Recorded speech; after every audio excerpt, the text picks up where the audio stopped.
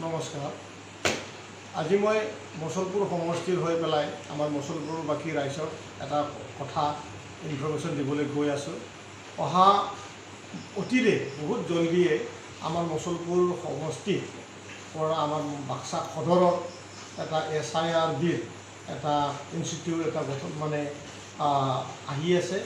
আৰু এই ইনষ্টিটিউটটো আমি যি ধৰণৰ যোৱা BTRত যি ইলেকশ্যন আছিলে এই ইলেকশ্যনৰ সময়ত আমাৰ যি অঞ্চলৰ ল'ৰা ছোৱালীবিলাকক ট্ৰেইনিং দি পেলাই আমি সিহঁতৰ জীয়াই থকাৰ যি ৰাস্তা বনাই দিয়াৰ কথা কৈছিলোঁ, এই ইনষ্টিটিউটৰ দ্বাৰা এইবাৰ গঠন কৰা হ'ব।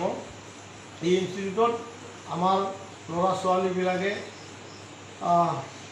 যি ধৰণৰ স্কিল ট্ৰেইনিং ল'ব সেই ট্ৰেইনিঙৰ ওপৰত অধিকাংশ টকা আমাৰ চৰকাৰীভাৱে পাবলৈ সক্ষম হ'ব আৰু সেইটোৰ দ্বাৰা নিজৰ জীয়াই থকা ৰাস্তা বনাই ল'ব পাৰিব। আৰু লগতে যোৱা 17 তাৰিখত আমাৰ BTCৰ মুৰব্বী ডাঙৰীয়া মুছলপুৰত আহিছিলে আৰু মুছলপুৰত আহি আমাৰ এই অঞ্চলৰ যি হাফ ডান ৱাৰ্ক যোৱা BPFৰ চৰকাৰত হৈ আছিল, এই হৈ থকা বিল্ডিংবিলাকক ইণ্টাৰনেল ভিতৰীয়া যি ডেভেলপমেণ্ট মেকানিজম এটা বনোৱাৰ কাৰণে চিন্তা চৰ্চা কৰিছে। লগতে যিমান ইনফ্ৰাষ্ট্ৰাকচাৰ আছিলে এই ইনফ্ৰাষ্ট্ৰাকচাৰবিলাকক কমপ্লিট কৰাৰ কাৰণে আদেশ দিছে।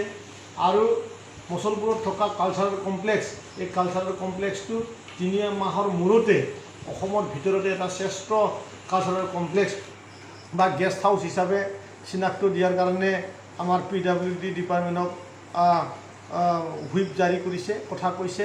আৰু লগতে বজৰং গেষ্ট হাউচ আৰু মুছলপুৰত লাগি থকা অডিটৰিয়াম হল এই আটাইবিলাককে 1 বছৰৰ ভিতৰত কমপ্লিট কৰাৰ কাৰণে PWD ডিপাৰ্টমেণ্টক আদেশ দিছে। আৰু লগতে ময়ো PWD এডভাইজাৰ হিচাপে আমি এই 2-3 দিনৰ ভিতৰতে এষ্টিমেট বনাই কমপ্লিট কৰিম আৰু আগন্তুক 1 জুলাইৰ ভিতৰতে আমি এই ইনফ্ৰাষ্ট্ৰাকচাৰ কামবিলাক সকলো কামবিলাক আমি ষ্টাৰ্ট কৰিম। আৰু 3 মাহ 6 মাহ বছৰ ধৰি এই যিখিনি মই ইনফ্ৰাষ্ট্ৰাকচাৰৰ কথা কৈছোঁ সেই ইনফ্ৰাষ্ট্ৰাকচাৰৰ কথাখিনি আমি কাম কমপ্লিট কৰি দিম। সেয়ে মোৰ আমাৰ মুছলপুৰবাসী ৰাইজলৈ লগতে কৰোণা ভাইৰাছটোৰ অলপ আপোনালোকে সাৱধানে থাকক। কৰোণা ভাইৰাছ এতিয়াও শেষ হৈ যোৱা নাই, গতিকে সকলোৱে সাৱধান থাকক।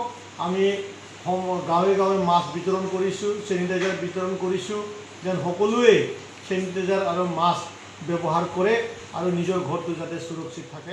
ধন্যবাদ।